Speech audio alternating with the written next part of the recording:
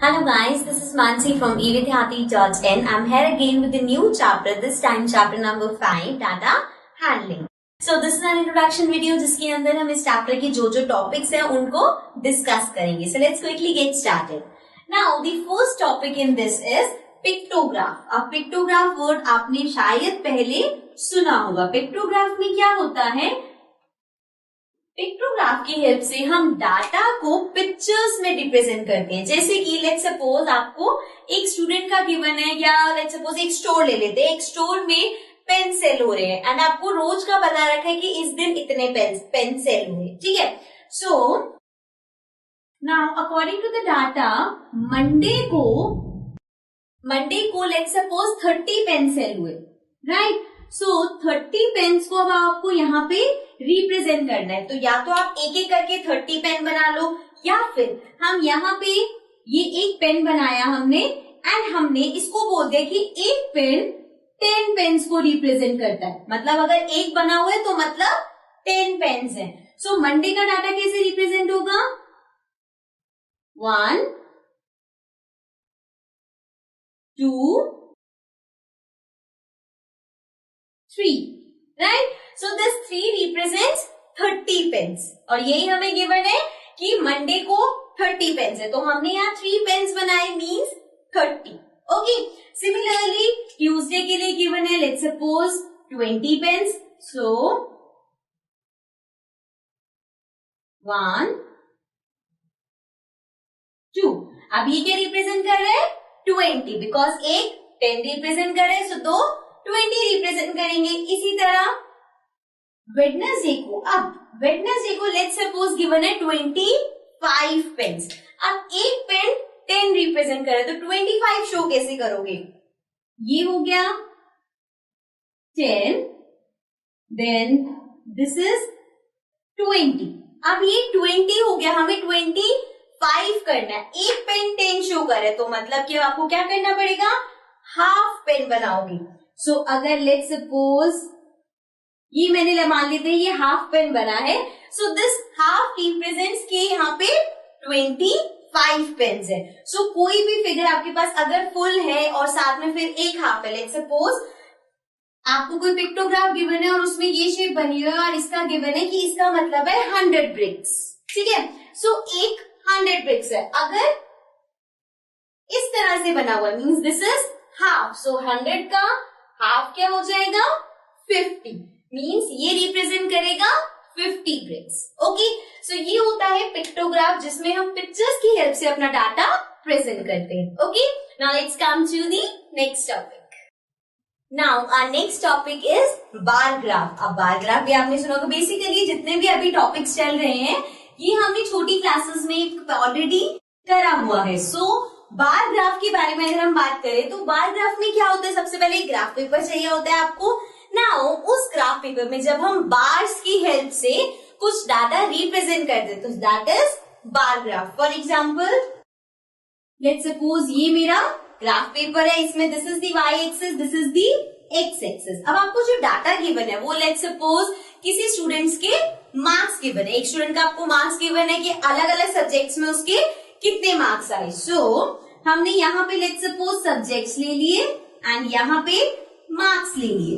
So 5 10 15 20 25. Let's suppose 25 marks का exam था तो हमने 25 तक मार्क्स ले लिए. अब सबसे पहले इंग्लिश में लेट्स सपोज गिवन है 17 मार्क्स. सो वो हमने यहाँ पे प्लॉट कर दिया. This is for English.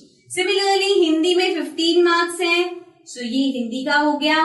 Then maths में 22 मार्क्स हैं. तो ये हमने ऐसे में कोई भी रैंडम डाटा ले रही हूँ. बस आपको मैं बता रही हूँ कि बार ग्राफ कैसे बनता है. सो यहाँ पे हमने मार्क्स लिए थे. यहाँ सब्जेक्ट. सो जिस सब्जेक्ट में जितने मार्क्स है उतना बड़ा उसका बार बन जाएगा. ओके. सो ये होता है बार ग्राफ. इसी के साथ एक आता है double bar graph. So what is double bar graph? Double bar graph में क्या होता है? हम डाटा को अगर एक साथ कोई ऐसे दो डाटा दे रखे थे तो उसे एक ही ग्राफ में रिप्रेजेंट करते हैं. कैसे? लेट्स सपोज ये जो मार्क्स थे सेम एग्जांपल कैरी फॉरवर्ड करते हैं. अब ये जो इंग्लिश में 17 मार्क्स थे ये सेमेस्टर 1 के थे. अब मैं आपको कह रही हूँ कि सेमेस्टर 2 में 20 मार्क्स आए। सो rather than making a new graph, हम इसी में ही एक और बार बना देते हैं 20 के लिए। यहाँ पे स्पेस हम इक्वल रखते हैं, मतलब ये जो साथ वाला है ये तो हम इसके बिल्कुल साथ बना देते हैं, बाकी जो बीच में गैप रहेगा वो इक्वल रहेगा। और हिंदी में लेट्स सपोज 15 हो गए मार्क्स एंड मैथ्स में 25 हो गए। सो इस तरह से डबल बार ग्राफ बनता है, ठीक है। सो ये था, this was about bar graph and double bar graph. Let's come to the next topic.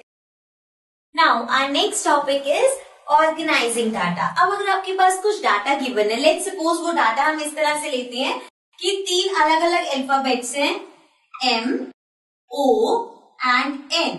सो ये 3 अलग अलग अल्फाबेट्स है। अब डाटा आपको इस तरह से गिवन है कि मैं ऐसे ही कुछ भी रैंडम डाटा ले रही हूं, ठीक है, इतना ले लेते हैं। सो ये हमें डाटा गिवन है। अब इस डाटा को आपको ऑर्गेनाइज करना है। ऑर्गेनाइजिंग मतलब कि आप क्या करोगे, जैसे सबसे पहले हमने लेटर M ले लिया, तो M कितनी बार आ रहा है हम काउंट करेंगे।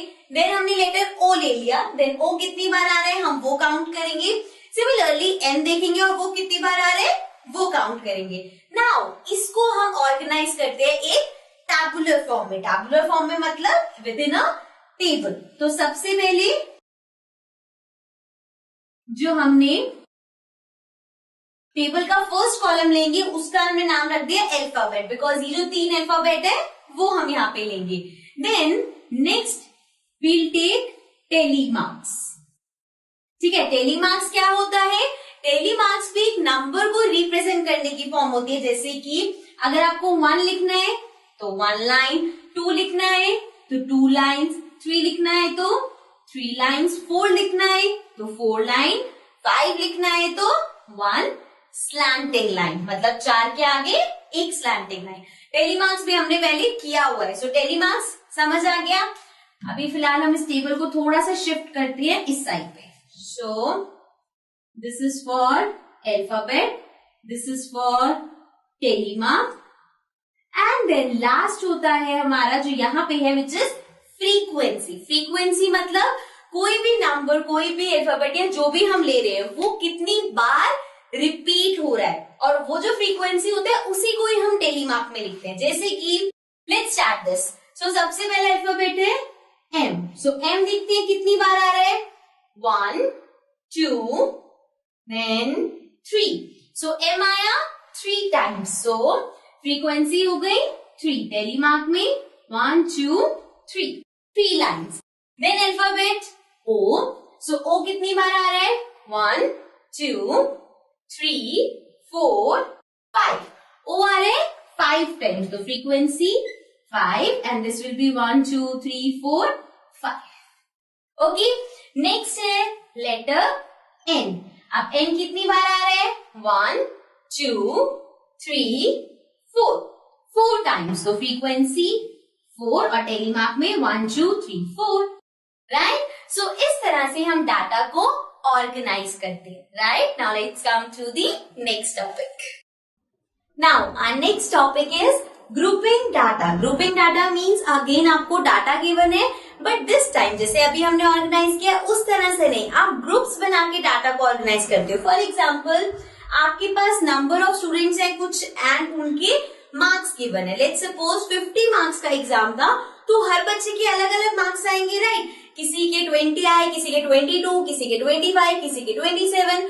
सो अगर आप उसको जो हमने पहले किया उसकी तरह रिप्रेजेंट करोगे तो आपको 1 से लेके 50 तक पूरा लिखना पड़ेगा एंड देन एक एक के आगे लिखोगे कि 1 मार्क कितने बच्चों का आया, 2 मार्क्स कितने के आए, ऐसे ही करते करते 50 रोज में वो बनेगा, राइट।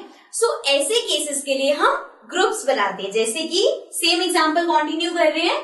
अगर आपको स्टूडेंट की मार्क्स गिवन है 50 तक हैं, सो हम लेते हैं क्लास इंटरवल और you can call it groups. Class interval, then tally marks जैसे पहले था एंड देन फ्रीक्वेंसी, ठीक है। सो अब हम ग्रुप्स या क्लास इंटरवल कैसे बनाएंगे, मैंने आपको बताया हमारे पास मार्क्स है आउट ऑफ 50, मतलब 50 तक जाएगा। हो सकता है बच्चों के 0 मार्क्स भी आए। सो हमने पहला ग्रुप बना लिया 0 से लेके 10 तक। आप 0 से लेके 10 तक जितने बच्चों के बीच में मार्क्स आए होंगे हम वो लिख देंगे। जैसे कि अगर एक बच्चे के मार्क्स 6 हैं, एक के 7 है, एक के 4 है, एक के 1 है, सो ये सारे लाई करेंगे इसी ग्रुप में, बिकॉज ये 0 से 10 के बीच में है, राइट। देन नेक्स्ट ग्रुप बना लिया 10 to 20, 20 to 30, 30 to 40 and then 40 to 50, right. So इस तरह से हमने ग्रुप्स बना लिए जिसमें हम मार्क्स को रिप्रेजेंट करेंगे। नाउ लेट्स सपोज 0 से लेके 10 तक कितने बच्चों के, 5 बच्चों के मार्क्स हैं, सो 1 2 3 4 5। सिमिलरली नेक्स्ट ग्रुप में 6 स्टूडेंट्स के मार्क्स हैं, सो 1 2 3 4 5 एंड 6। देन लेट्स सपोज 20 से 30 में 20 स्टूडेंट्स के मार्क्स हैं, सो 1 2 3 4 5 6 7 8 9 10 11 12 13 14 15 16 17 18 19 20। सो सिमिलरली ये चलता जाएगा, राइट। सो इस तरह से जब ऐसे टाइप का डाटा होता है तो हम ग्रुप्स बना के डाटा को ऑर्गेनाइज करते हैं। Okay, so now let's come to the next topic. Now our next topic is pie chart. अब पाई चार्ट क्या होता है, आपने शायद पाई चार्ट देखा होगा बहुत जगह पे। पाई चार्ट बेसिकली एक डाटा रिप्रेजेंट करने का तरीका है जिसमें हम सर्कुलर फॉर्म में डाटा रिप्रेजेंट करते हैं अलग अलग स्लाइसेस बना के। कैसे, let's see. So let's suppose this is a circle and इसमें आपको डाटा रिप्रेजेंट कर रखा है इस तरह से, ठीक है। अब इसका क्या मतलब है, ये जो अलग अलग प्रोपोर्शंस में डिवाइड हुआ है, जैसे कि अब एग्जांपल ले लेते हैं कि एक स्कूल के बच्चे हैं एंड उसने हमने पूछा कि आपको कौन कौन सा स्पोर्ट पसंद है, तो 60% ने बोल दिया कि हमें फुटबॉल पसंद है। ऐसे ही 30% 20% ने बोल दिया हमें टेनिस पसंद है, बाकी ने बोल दिया हमें बेसबॉल पसंद है एंड रिमेनिंग ने बोल दिया कि हमें क्रिकेट पसंद है। सो हमने यहाँ पे डाटा को पाई चार्ट में रिप्रेजेंट किया, मतलब एक सर्कुलर फॉर्म में। अब जैसे इसको देख के ही हम बता सकते हैं, अगर ये 60% नहीं भी गिवन होता, सो इस डाटा की हेल्प से हम बता सकते हैं सबसे ज्यादा कौन सा स्पोर्ट पसंद कर रहे हैं, फुटबॉल, बिकॉज वो सबसे ज्यादा प्रोपोर्शन में। सो इस तरह से हम पाई चार्ट की हेल्प से अपने डाटा को रिप्रेजेंट करते हैं। नाउ लेट्स अंडरस्टैंड कि आप पाई चार्ट को ड्रॉ कैसे करोगे। अब यहाँ पे रीड करना तो इजी है, जिसका प्रोपोर्शन ज्यादा है वो ज्यादा हो गया, जिसका प्रोपोर्शन कम है वो चीज कम हो गई। लेकिन अगर आपको डाटा गिवन है और आपको उससे पाई चार्ट बनाना है, सो लेट्स सी वो कैसे बनाते हैं। Now our topic is drawing a pie chart. अब हम देखेंगे पाई चार्ट ड्रॉ कैसे करना है, बट इसको ड्रॉ करने से पहले हम पहले कुछ डाटा लेते हैं। सो लेट्स सपोज जो अभी हम डिस्कस कर रहे थे वैसा ही कुछ डाटा लेते हैं। सो अगर आपको गिवन है, let's suppose 3 different sports given है, football, then cricket and then tennis. So it is given football कितने % बच्चों को पसंद है, क्रिकेट कितने बच्चों को पसंद है और टेनिस कितने बच्चों को पसंद है। अब जो आपको डाटा गिवन है, अगर वो इस फॉर्म में गिवन है 50% बच्चों को ये पसंद है, 25% बच्चों को ये और 25% बच्चों को ये पसंद है, ठीक है। अब डाटा आपको परसेंटेज में गिवन है। अब इस डाटा की हेल्प से आपको एक पाई चार्ट क्रिएट करना है। सो पाई चार्ट क्रिएट करने से पहले टेबल में 2 कॉलम्स और बनेंगे। वो क्या होंगे, सबसे पहली चीज जो आप फाइंड करोगे दैट इज फ्रैक्शन। अब फ्रैक्शन कैसे निकालेंगे, लेट्स सी। सिंस यहाँ पे ये 50% गिवन है, तो 50% को परसेंटेज को फ्रैक्शन में करने के लिए सिंपली 50/100 कर दूंगा, राइट। सिमिलरली ये हो जाएगा 25/100, दिस विल ऑल्सो बी 25/100। सो ये अपॉन 100 तब हुआ जब ये परसेंटेज में था। अगर ये परसेंटेज में ना होता, अगर ये होता कि 50 बच्चों को ये पसंद है, आउट ऑफ लेट्स सपोज 75 बच्चों में से 50 बच्चों को ये पसंद है, तो उसका फ्रैक्शन निकलता 50/75, मतलब 75 में से 50। तो हम नीचे टोटल लेते, सिंस ये परसेंटेज में है तो हमने अपॉन 100 ले लिया। अब ये फ्रैक्शंस क्या होंगे, कट हो जाएगा 1/2 and then this will be 1/4, again 1/4। So हमारे पास 3 फ्रैक्शंस आए हैं, 1/2, 1/4 एंड 1/4। सो पहला स्टेप हो गया फ्रैक्शन निकालना है। सेकेंड स्टेप होगा उसका सेंट्रल एंगल निकालना। सेंट्रल एंगल क्या होता है? किसी का भी अगर आपको सेंट्रल एंगल निकालना है तो उसका मतलब है कि आपको उसे मल्टीप्लाई करना है 360 डिग्री से। So 1/2 multiplied by 360 degree, so ये कैंसिल होगा, this will be 180 degree. Then 1/4 multiplied by 360 degree, so ये कैंसिल होगा, this will be 90 degree. Again 1/4 multiplied by 360 degree, so cancel होके आएगा 90 डिग्री। सो फाइनली जब आप सेंट्रल एंगल निकालोगे तो आपके पास ये डिग्री में आ जाएंगे। जैसे अब आया 180 डिग्री, 90 डिग्री, 90 डिग्री। सो अब क्या करना है आपको? ड्रॉ अ सर्कल एंड इस सर्कल का हम सेंटर पॉइंट लेंगे। सेंटर पॉइंट लेके रेडियस बना देंगे। लेट्स सपोज ये रेडियस बना दी। अब आपको यहाँ पे डिफरेंट एंगल्स को पुट करने, जैसे कि आप चाहो तो सबसे पहले 180 ले सकते हो या पहले 90 वाली कर लो फिर 180 पे आ जाना। तो एंगल्स आप आगे पीछे ले सकते हो, बिकॉज जब आप जैसे यहाँ पे 3 है तो आप जब आप 2 एंगल्स बना लोगे तो जो तीसरा बचेगा वो अपने आप ही 90 डिग्री का होगा। ठीक है, 90 डिग्री मतलब जो एक बचेगा, अगर पहले 2 90 के बना लिए तो 180 बचेगा, अगर पहले 180 और 90 बना लिया तो 90 बचेगा। ऐसा क्यों? बिकॉज ये सेंट्रल एंगल है। सेंट्रल एंगल मतलब कि इनका सम हमेशा 360 डिग्री होगा and A complete angle is 360। अभी हम उसके एक्सप्लेनेशन में नहीं जाते, सिंपल सा ध्यान रखना है, सेंट्रल एंगल निकालने के बाद हमें इसको यहाँ पे अप्लाई करना है। So let's suppose line wise चलते हैं 180 डिग्री, सो ये स्ट्रेट लाइन बनेगी, this is 180 degree, right. Then कोई भी बेस लेके 90 डिग्री बनाएंगे, ये हो गया 90 degree, remaining will be 90 degree itself. Okay, so यहाँ भी जो अभी हमने प्लॉट किया है this will be football which is 50%, then this can be cricket and this will be tennis. Okay, so इस तरह से आप पाई चार्ट क्रिएट करते हो। एक बार क्विकली रिवाइज करते हैं।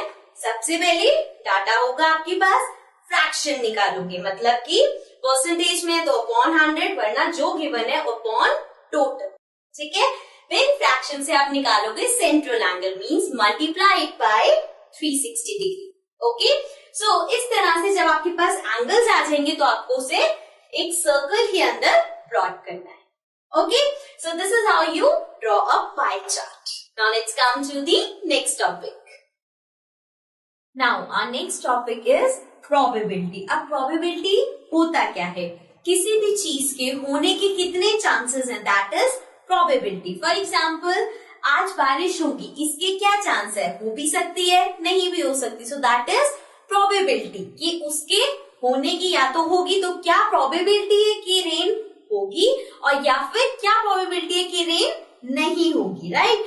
सो दिस मीन्स किसी भी चीज के होने का जो चांस है दैट इज प्रोबेबिलिटी। सो इसके लिए हम एग्जांपल ले सकते हैं। Let's suppose I have a coin, और अगर मैं उस कॉइन को टॉस करती हूँ तो टॉस करने के बाद या तो हेड आएगा, अदरवाइज टेल। सो हेड या टेल आने की क्या प्रोबेबिलिटी है, क्या चांसेस है कि हेड आएगा या क्या चांसेस है कि टेल आएगा, दैट इज प्रोबेबिलिटी, राइट। अब प्रोबेबिलिटी का हमारे पास होता है एक formula which is probability is usually equal to number of favorable outcomes upon total number of outcomes। इसका मतलब क्या है? Number of favourable outcomes. Favourable का क्या मतलब है? जो हमें चाहिए, ठीक है। टोटल नंबर ऑफ आउटकम्स मतलब टोटल आउटकम्स क्या है? जैसे कि अभी हमने कॉइन का एग्जांपल लिया तो उसमें 2 पॉसिबल आउटकम्स है, which is total number of outcome which is head and tail, right? So favorable outcome क्या है? अगर मैं आपसे पूछूं head आने की क्या chances है, so favorable outcome एक ही है, so this will become 1 upon क्या होगा? total क्या है? 2, so 1/2 probability हो जाएगी head आने की, right?